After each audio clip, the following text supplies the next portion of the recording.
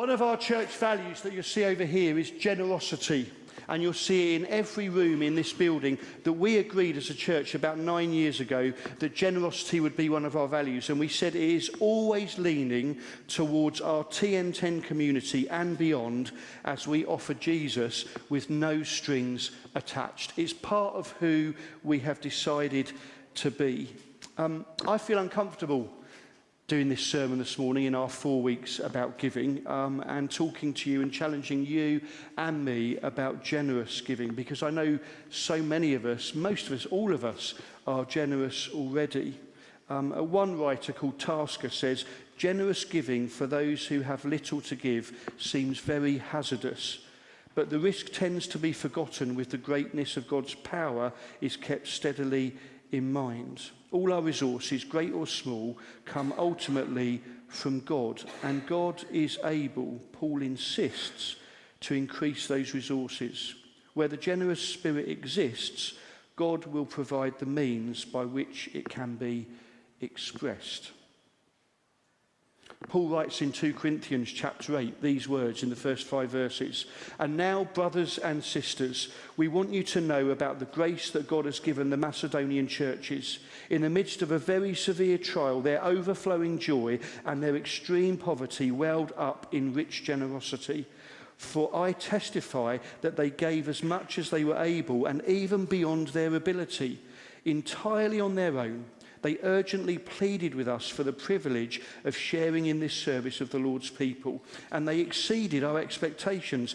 They gave themselves first of all to the Lord, and then by the will of God also to us. Paul begins this part of the letter in an affectionate tone when he says, brothers and sisters. And he says to them, look, you gave to the work for the Jerusalem church offering. And that church offering wasn't to build a big steeple or for new robes for the choir. It was to give money to the poor people in Jerusalem so that they could be fed. Thank you for doing that, Paul says, as he'd asked them to in his first letter. But he gently reminds them that they've stopped doing it now. Some super apostles had come in to the church saying that they were miles better than Paul, that they knew more than Paul, and that they should follow these super apostles who were basically saying, you need Jesus, but Jesus plus. You need the religious rules as well. None of us have grown up with that, have we? None of us have experienced Jesus, and then people say, no, you need a bit more as well. But that's what they had experienced. And so they'd stopped giving. They had been deflected in their weekly giving that they had been asked to do by Paul. And so Paul says to them now, can you start giving again, please? Because the giving you had given us was so appreciated. And he tactfully begins with an example, not a plea, says Murray Harris. He tells them about the church in Macedonia, the northern part of Greece, Philippi, Thessalonica, and Berea. And he says, look, they've suffered tremendous ordeals, including persecution and poverty, and yet they've still contributed generously. They've been persecuted, like most of the early church was. Paul lists all of his persecutions, doesn't he, in the book of Acts, all the things that he had experienced as a Christian. Persecution was common. And they'd also experienced poverty. Poverty was part of the situation in the whole area since Roman occupation in 146 BC. The Romans came in and they just stripped the land of all its goodness and kept it for themselves. And the people got poorer and poorer and poorer, and the rich ones got richer and richer and richer. No one had known anything different. And plunk on top of that, civil wars that had happened, it was absolutely horrendous. And in the midst of this poverty and this persecution, the Macedonian churches had been extremely generous. They hadn't waited until they'd got out of their poverty. They hadn't waited until persecution had passed them by. They decided that in the midst of the poverty and the persecution, they were going to be generous. And Paul said it was God's grace that enabled them to do this. 10 times in this letter, he mentions the word grace, which means divine generosity, lavishly displayed. God's empowering of us so that we can do things beyond our ability. One writer says, the example of the Macedonians is a practical proof that true generosity is not the prerogative of those who enjoy an adequacy of means. The most genuine liberality is frequently displayed by those who have least to give. Christian giving is estimated in terms not of quantity, but of sacrifice. Paul doesn't extort the Macedonian church. He doesn't coerce them. He doesn't guilt them into giving. The Macedonian church wanted to give out of their urgent love for other people. In fact, they begged Paul. They said, can we be involved in this? How can we give to the offering in Jerusalem? And then they even gave more than Paul had even hoped. Do you remember our roof fund here? When we said the roof could fall in at any minute. Da, da, da. I remember sitting in my study with staff teams saying, how are we going to raise over 70 grand? Money's tight for people. We've just come out of COVID. How can we do this? And in a brief period, you as a church raised £71,248 and covered the entire cost of this roof being redone so that it's safe for the next 25 to 50 years. Joe and I thought that we should up our giving to the church because Gareth, the treasurer, asked us all to. And Joe said I could use this illustration if we didn't appear holy. So I'm not appearing holy at the moment, am I? Certainly not. Thanks, Steve. You didn't have to go that strong, but...